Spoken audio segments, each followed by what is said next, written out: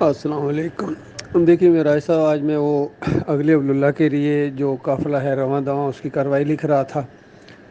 پہلے نوٹس لیے تھے، آج اس کو ہم پھر کر رہے تھے، میں اور ہمارے ساتھی یامین صاحب۔ تو وہ واقعہ بھی بیچ میں آیا کہ جب شیخو پورہ میں پچھلے سال میں گیا تھا، اور ایک جو وہاں افضل صاحب وہ کسائی کا کام کرتے ہیں، گوشت وہاں وہ کیا نام ہے بیچتے ہیں، تو ان سے جب بات ہوئی تھی کہ دیکھو محمد حنیف سجدہ تعظیمی کے قائل ہو گئے ہیں کہ یوسف علیہ السلام کو سجدہ تعظیمی ہوا، تو وہ کہتا سوال ہی پیدا نہیں ہوتا، آپ الزام لگا رہے ہیں محمد حنیف کے اوپر، محمد حنیف تو کبھی بھی ایسی بات نہیں کہہ سکتے ہیں۔ تو میں نے کہا بھئی آپ دیکھ لیں، پڑھ لیں اور پوچھ لیں لوگوں سے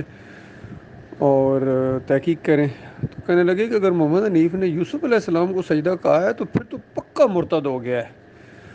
تو میں کہا دیکھ لیجئے، بلکہ ایک دو باتیں اور بھی انہوں نے کہا، پھر اگر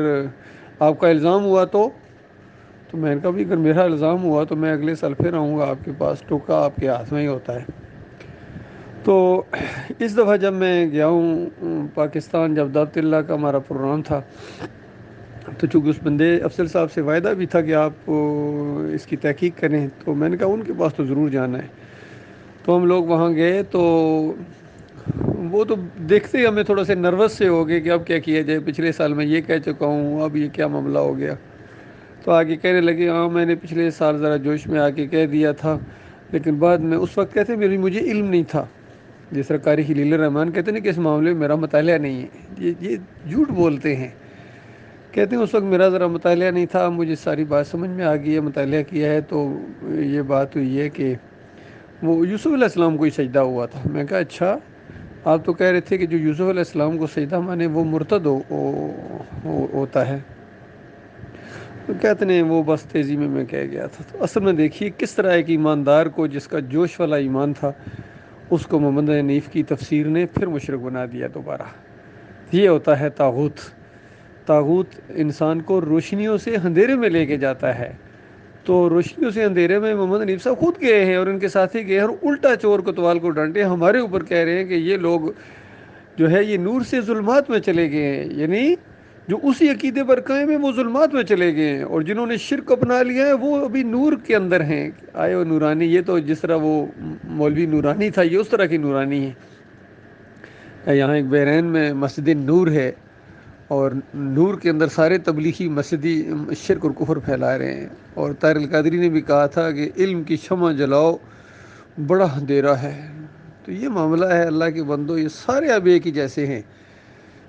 بریلوی ہوں، دیوبندی ہوں، اہل حدیث ہوں یا محمد حنیف کے لوگ ہوں، بالکل ایک موقف ان کا، ایک انداز ان کا۔ بلکہ یہ بڑے مجرم ہیں کیونکہ ان کو توحید کی سمجھ آ گئی تھی، ان کو تو بھی سمجھ ہی نہیں آئی، اور ان کے چانس موجود ہے آگے آ کے ہو سکتا ہے ایمان کی طرف آ جائے۔ لیکن اس بندے کا جو نا معاملہ بالکل مختلف ہے کہ کس قدر متکبرانہ انداز سے یہ گفتگو کرتا رہا اس سجدہ تعظیمی کے حوالے سے، اور عیسیٰ علیہ السلام کو صفت دینے کے حوالے سے لوگوں سے گفتگو کرتا رہا آپ نے۔ اور اب جب تھوڑا سا پریشر اندر سے آیا، بلکہ اندر کیا بڑا اچھا آپ نے کہا، انہوں نے پلاننگ کے تحت یہ ایک کلپ چڑھایا ہے، اور اس کا پرنالہ ادھر کا ادھر ہی ہے، اور یہ کبھی بات ماننے والا نہیں ہے، یہ میں نہ مانوں ہے۔ اس کے اوپر مثال وہی والی ہے کہ ایک مولوی تھا، کوئی صوفی تھا، اس نے شرط لگائی کہ اونٹ کی دم نہیں ہوتی ہے، تو لوگوں نے بڑا سمجھایا کہ سر پھرے، یہ تو نے کیا شرط لگا دی ہے، تو شرط ہار جائے گا۔ برادری والوں نے سمجھایا، اپنے قریبی لوگوں نے سمجھایا، حتیٰ کہ بیوی نے بھی کہا کہ تو نے کیا شرط لگا دی ہے، اوئے تو ہار جائے گا۔ اس نے کہا میں مانوں گا ہی نہیں، تو ہاروں گا کیسے؟ تو بیوی بھی مولوی کی بیوی تھی، اس نے کہا اگر بڑی محفل کے اندر، پوری شورا کے اندر، اگر یا پورے جو تمہارا وہ گٹھا ہوگا اجتماع، اس کے اندر اونٹ کی دم تمہارے ہاتھ میں انہوں نے پکڑا دی تو پھر کیا کرو گے؟ تو وہ مولوی تھا، صوفی تھا محمد حنیف کی طرح، اس نے کہا میں دم لہرا لہرا کے کہوں گا نہیں ہے نہیں ہے نہیں ہے۔ تو یہ وہ مولوی ہیں، یقین کیجئے، قاری خلیل الرحمن ہوں، منور سلطان ہوں، یہ صوفی محمد حنیف ہو، اور یہ مولوی کیا نام ہے سعید احمد ہو، مولوی فیاض محمود باجوہ ہو، مولوی یعقوب علی ہو، مولوی اختر بیگ، سارے مولوی ہیں، ٹوٹل 9 ہے میرا صاحب، یقین کیجیے 9 گنڈے ہیں، انہوں نے اس طرح جماعت کو تباہ و برباد کر دیا ہے، اور لوگوں کی مت مار دی ہے، اور اپنی آخرت برباد کر دی ہے انہوں نے۔ بہرحال جو زندہ ہیں وہ توبہ کریں تو اللہ ان کو یقین کیجیے پہلے سے زیادہ عزت دار کرے گا،